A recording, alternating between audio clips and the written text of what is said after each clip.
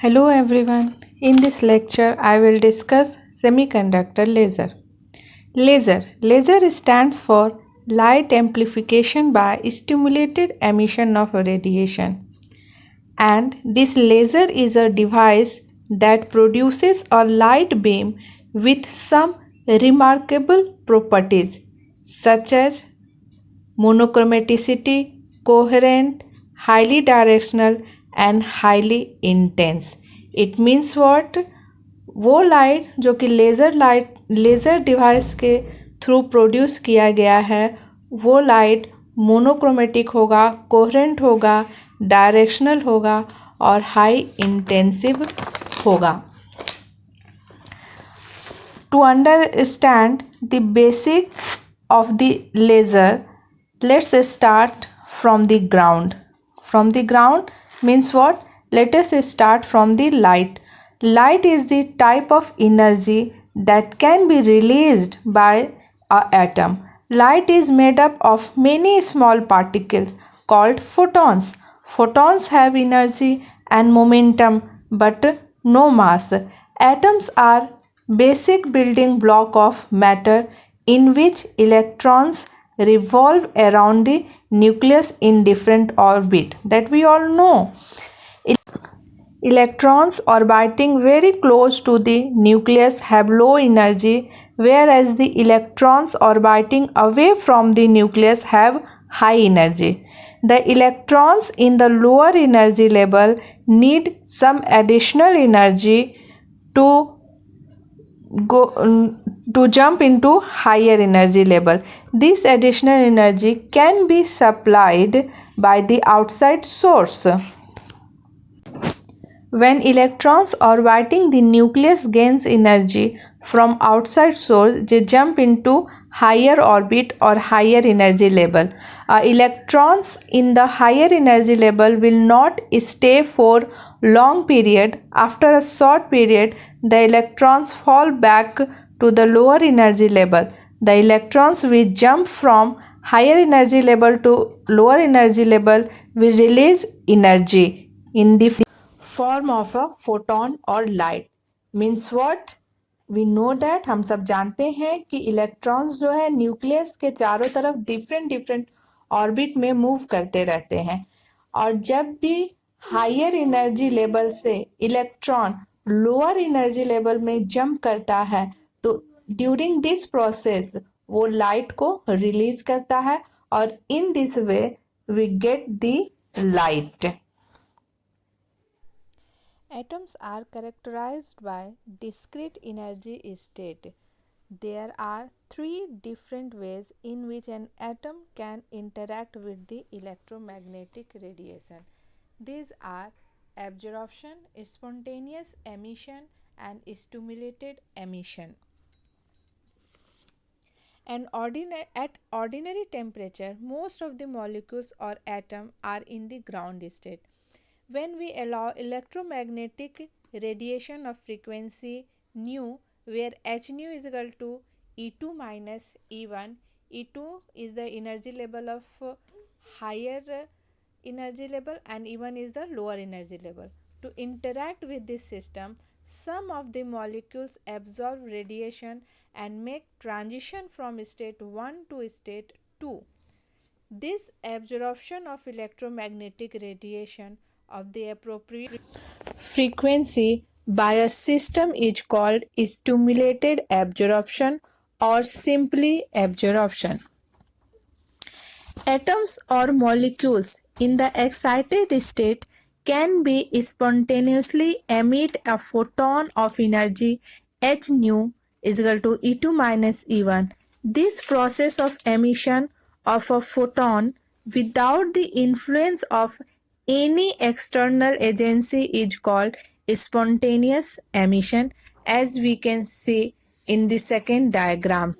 Now, in stimulated emission or induced emission, the exposure of this system to electromagnetic radiation of energy h nu is equal to E2 minus E1 can be induced or stimulated the emission of a photon of energy h nu. That means हम लोगों के पास 3 तरह का interaction है, stimulated absorption, spontaneous emission और stimulated emission. First में सबसे पहले क्या होता है कि कोई भी सिस्टम इलेक्ट्रोमैग्नेटिक रेडिएशन इंसिडेंट करके वो E1 से E2 में जाता है, इसको बोलते हैं स्टिमुलेटेड एब्जॉर्प्शन, क्योंकि वो एनर्जी लेकर के E2 में जा रहा है। फिर there are 2 process to come back to E1, 2 process के थ्रू वो आता है E1 एनर्जी में, आइदर स्पॉन्टेनियस, उसको स्पॉन्टेनियस एमिशन बोलते हैं, या तो स्टिमुलेटेड एमिशन के थ्रू आता है। स्पॉन्टेनियस मतलब कि वो अपने आप means without influence of any external energy वो E1 एनर्जी लेवल में आ जाता है। और स्टिमुलेटेड में क्या होता है, बाहर से एनर्जी ले करके तब वो E1 में आता है। इसी कॉन्सेप्ट पे सेमीकंडक्टर लेज़र भी बेस्ड है। इसमें जब हम लोग स्टडी करेंगे ये तीनों इंटरैक्शन को, तो बस E2 हो जाएगा कंडक्शन बैंड और E1 हो जाएगा valence band, and other process are same.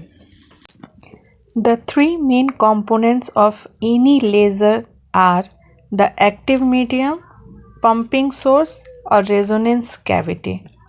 The active medium consists of a collection of atoms, molecules or ions which is capable to amplifying high waves. Under normal circumstances there are always a large number of atoms in the lower energy state than in excited energy state. An electromagnetic wave passing through such a collection of atoms would be attenuated. In order to have optical amplification, the medium has to be kept in a state of population inversion, that is, in a state in which the number of atoms in the upper energy level is greater than that in the lower energy level. This is achieved by means of the pump. That means the pumping source is the next component of the laser. The pumping mechanism provides for obtaining such a state of population inversion between a pair of energy level of atomic system, and when we have a state of population, the input light beam can be amplified by stimulated emission. And the last component is the optical resonator. A medium with population inversion is capable of amplification. However, in order that it acts as an oscillator, a part of the output energy must be fed back into a system. Such a feedback is brought about by placing the active medium in a resonator. The resonator could just be a pair of mirrors facing each other. So main 3 components of any laser is active medium, pumping source and resonance cavity. The active medium may either be a solid, liquid or gas. So on types of laser, it depends upon the types of active medium using. That means अगर हम लोग active medium semi conductor ले रहे हैं then this is called semiconductor laser. If it is solid state material then it is called solid state laser, and if we use gas as a active medium then this is called gas laser, and similarly in case of the liquid laser. Now let us discuss some more basic things or basic concept related to laser, like radiative and non-radiative transition. Transition between energy level that occur with absorption or emission of radiation are called radiative transition, and the transition that occur without the absorption or emission of radiation are called the non-radiative transitions. Non-radiative transitions occur mainly because of exchange of energy between the system and its surrounding, and non-radiative transitions are quite common in laser material. That means in laser material non radiative transition होता है, ना कि radiative transition. Next term is population inversion, which is very important for the lasing action. Population inversion means the number of electrons in upper energy level is greater than the lower energy level, and it is very important condition for the lasing action. And the method by which we can get this condition is called pumping method. Means through pumping method we can achieve the population inversion condition. There are different pumping method by which we can get the population inversion conditions, like electrical excitation, optical pumping, inelastic atom-atom collision, direct conversion, and chemical laser. These are different types of pumping methods. In semiconductor, we know having conduction band, valence band, and forbidden gap. We also know when electron go from valence band to conduction band, electron holes pairs created. Energy is needed to create an electron hole pair, and this energy is released when an electron and hole recombine, as we also discuss in our photoelectric device lecture and LED lecture. In certain semiconductors such as gallium arsenide, a photon is emitted when recombination occurs. This is the basis of LED and laser both. Okay. So basic concept of LED and laser are both, means both produce the light, both use as a source of light, but there are many differences between the light which is produced by the LED and laser. Like LED emits the light by spontaneous emission, but laser emits the light by stimulated emission. The emitted light is incoherent in the photons, that is, the photons are in random phase among themselves in case of LED, but in case of laser it poses a coherent beam with identical phase relation of emitted photons.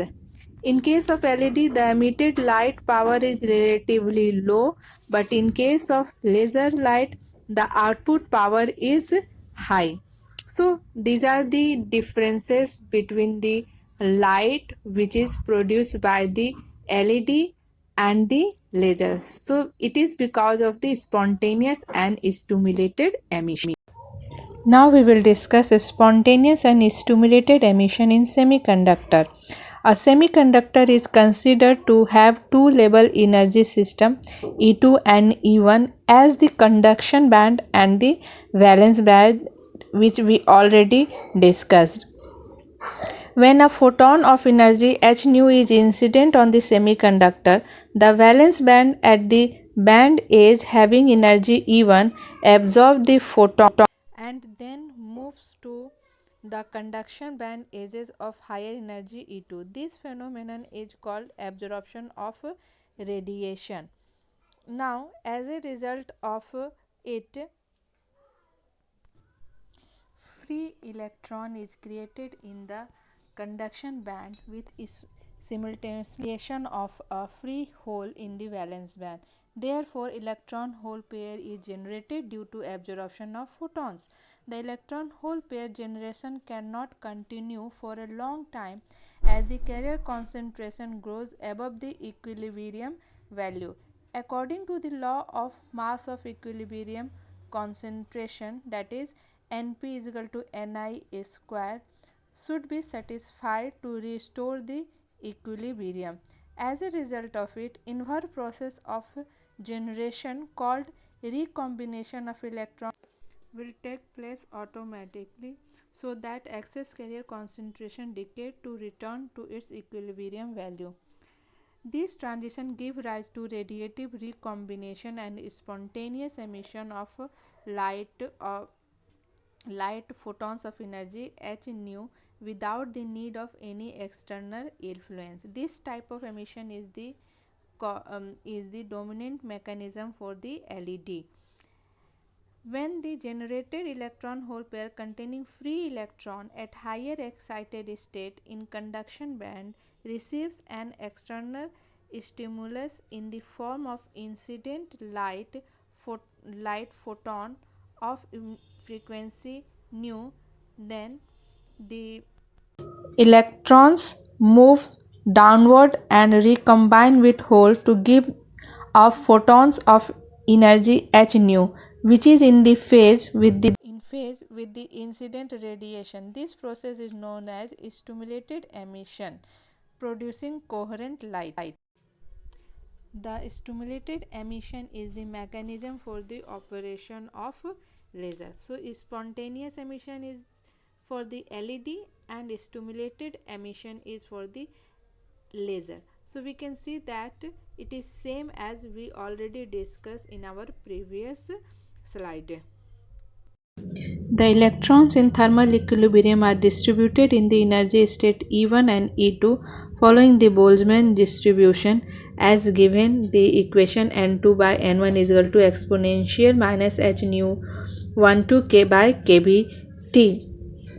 The rate of absorption or rate of upward vertical transition creating electron-hole pair is proportional to the electron population density in the valence band and also to the spectral density of radiation rho nu 1 2.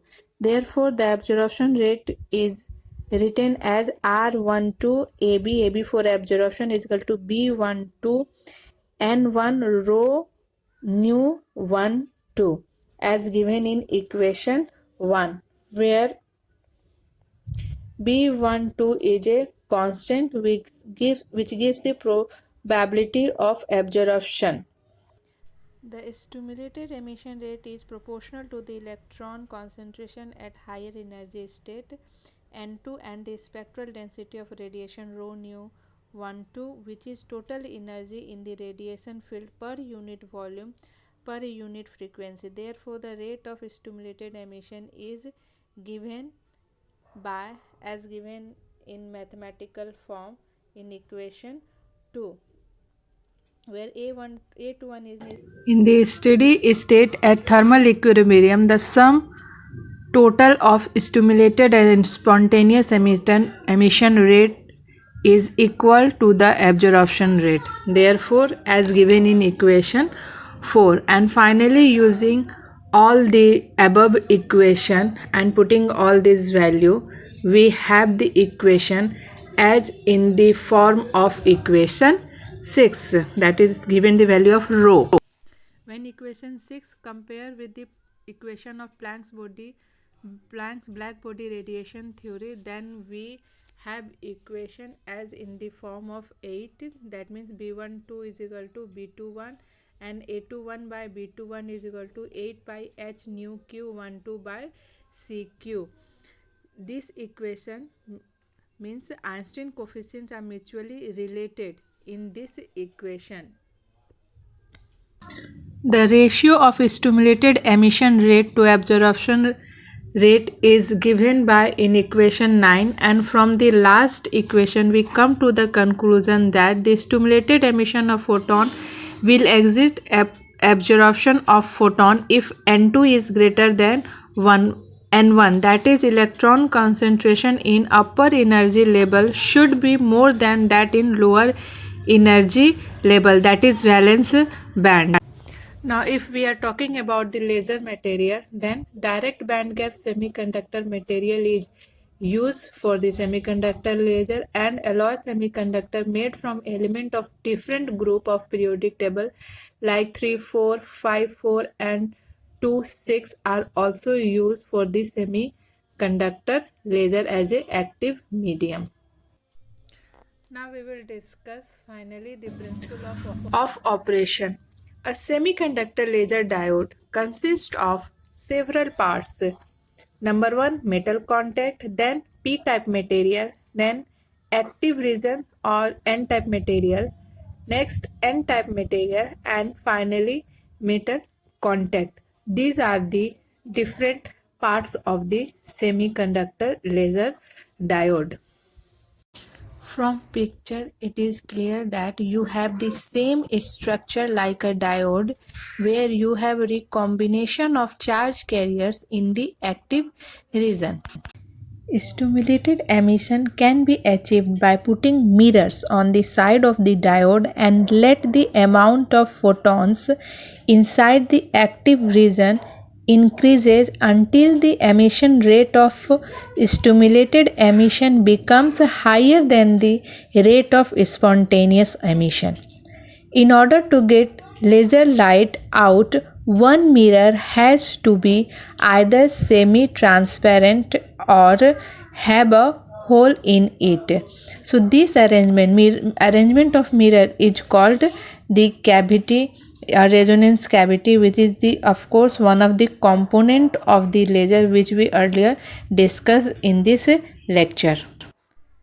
The active region needs to have a high concentration of charge carriers in the active region, which causes the gap of semiconductor to shrink. For this heterostructure in which the surrounding n-type and p-type semiconductor already have a higher band gap and cause the carriers to be confined to this region. The frequency of the emitted light depends on the length of optical cavity along the optical axis.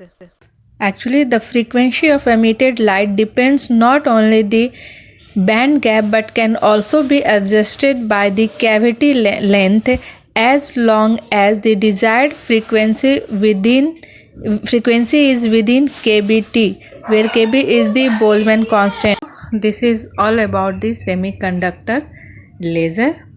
I think it is clear to all of you, and the content of this lecture is from Solid State Electronic Devices by Jyoti Prasad Bandyopadhyay and Ajay Ghatak. Okay, thank you so much